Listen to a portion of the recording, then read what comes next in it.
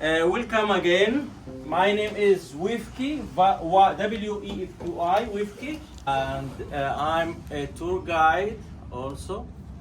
In my general life, I'm a teacher for history and geography, and I was in the past the first principal of the high school in my village, Kabia, and principal of the high school in Zarzir. I have a master's degree in history and geography in our land.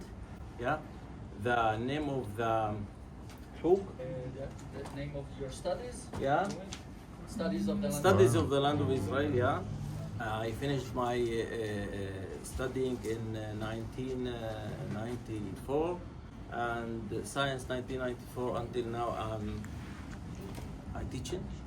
I teach in our high school. The last few years, I studied guiding, and my wife, my sons, daughters, and me opened this place to give our visitors, our guests, the opportunity to know about the Bedouin culture and the Bedouin history. In Israel, we have a unique culture, we have a unique history, and not everybody know about us. When you say Bedouin in Israel, all the people think about the south, the Negev, the desert. They didn't think about the north. We have in the north of Israel 150,000 people, and in the south we have something like 300,000. In the center we have something like 50,000 people. In general, we have 500,000 Bedouins in Israel. It's 5% from the global population of Israel, 24% of the Arabs in Israel. In Israel, we have 21% of the population are not Jewish.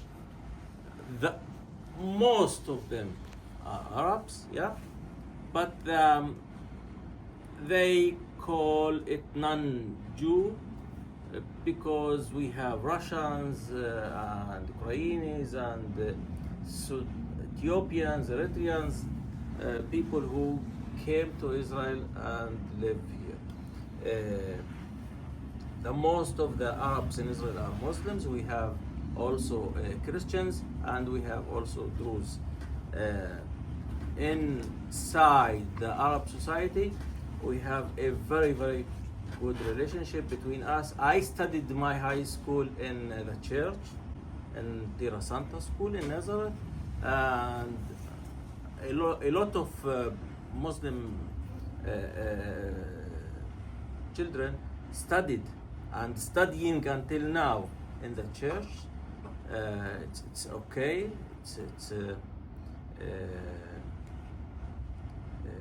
regular that we studying in the church, and the Christians, they can study in a Muslim schools also. In Kabia, we have 7,000 people. All the people in Kabia from 3 tribes, Kabia and Tabash and Hajajra. The big tribe in Kabia, Tabash, Hajra is Kabi. And because the names of the 3 tribes, we have the name of the village, yeah, of the town. Kabia, Tabash, Hajajra. Every tribe want to save his name in the name of the town. Kabia, Tabash, Hajajra. Bu'aini, Nujidat, Shibli, Al-Ghanam. Yeah? Tuba, Zangariya. Every tribe have a mission to save the name of the tribe. Every tribe live in his place, yeah. In general, every tribe in his own area. Sometimes we have tribes who live in a few places like Heb or Hujirat or Sawad. We have a lot of tribes in the north, and that's all. If you have any questions. Okay, I'm Monsi Serrano from the Philippine Business News. Yeah. Salam alaikum. Alaikum assalam. Sir, my question right now, it's a hot issue in the Philippines because we journalists came here and they're condemning us because they said this is a genocide tour. I personally, I would like to find out what is the sentiment of Muslim like you in the issue on the Palestine and the Jews after the October 7th. We are part of the Arab nation. We are part of the people who can have the name Palestinians, yeah. But also we are part of the state of Israel. Now we have the identity, the passport, Israeli passport, and we are part of Israel. We have a very big issue and unique situation in this problem. Why? Because from one side we want to protect our country, our state. This is what we did in the 7th of October. Yeah. We protect our state, and we have a lot of victims in the war. And from the other side, we didn't want that the Palestinian be killed. We want peace. And all the time I said, and the others say, Bedouin leaders says, leader says, that we can be the bridge of the peace in this place. Without peace, we cannot be survived. We cannot live in our area between the sea and the river. We must have peace. The Jews cannot destroy the Arabs, cannot kill all the Arabs. The Arabs cannot kill all the Jews. It's a crazy idea to think this way of thinking. They must sit on the table and negotiate to have peace. Without peace, we cannot have a normal living. Europe fight hundreds of years. The 100 years war, the First World War, the Second World War, a lot of millions of victims. After that, they agreed to live in peace. Germany and France, yeah, now in peace. The Germans walk in the Champs-Élysées, yeah, and the French be burning, yeah, inside. But after that, after the war, we must have peace here. We have extreme people in the two sides, and they, because they didn't have the pain on their body, they just speak. When they can see the price, the victims, they can understand that it cannot be continued. War must be finished. God, who make us, who put us on earth, want us to be in peace together. Why we have religion? Religion, God didn't need our prayer. God didn't need our money. God didn't need our fast. God didn't need us. God want us to be in peace. On the sideline, we talked about, you told me that the people should be in the middle rather than the extreme, right? What do you mean by that? To be in the middle. I'm Wifki. I am a human being, yeah.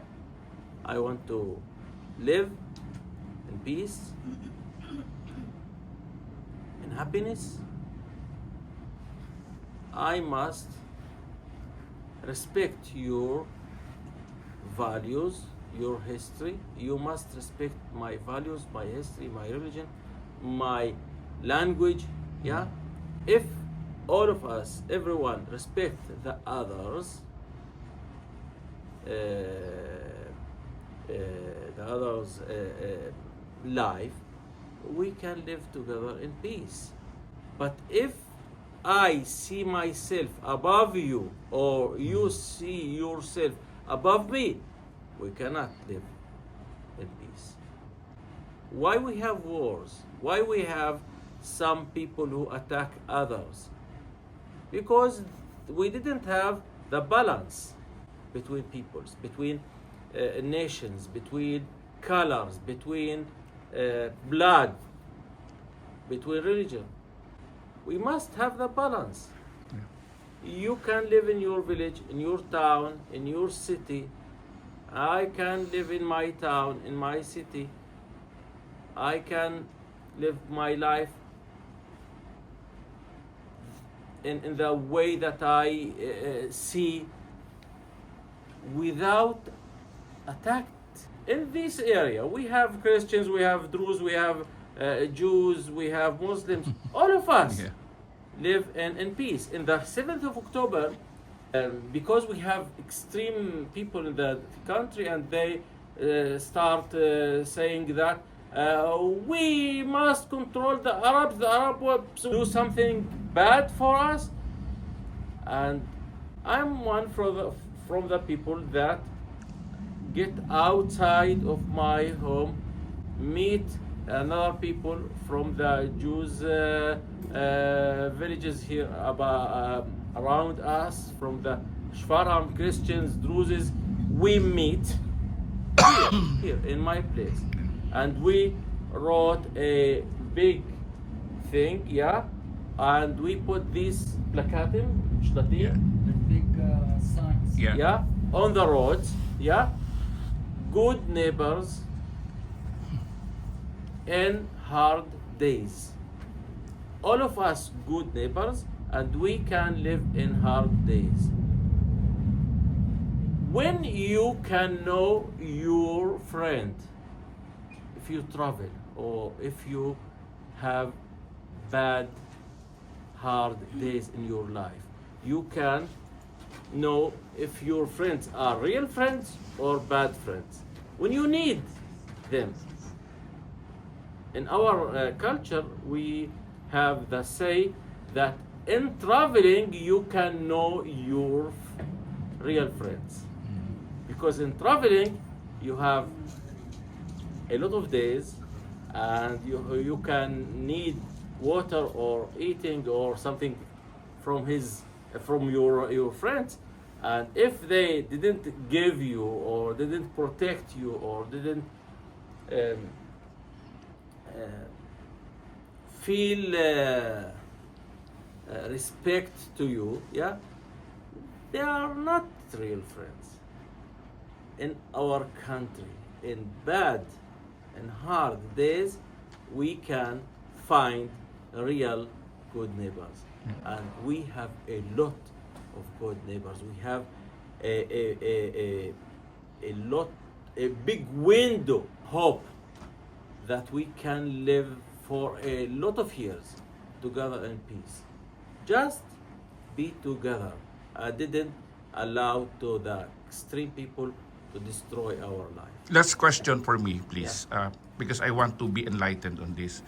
Many people are saying that what's happening right now in Gaza is genocide. Who is controlling? Why is peace seems to be impossible to achieve? Is it because of Hamas, or are the Palestinians being oppressed? We want to be enlightened on that, sir. People in Gaza, they live in a hard conditions. Why? Why? Because the Hamas control, because the war, because the daily attack, because everything, because the siege, Matzor, okay, because everything. If you want if you have cat, and you want your cat to love you, you must give your cat eating, water, and warm conditions. But if you put your cat in a small space, closed space, and you hope that this cat will be your best friend, it cannot happen. Shukran.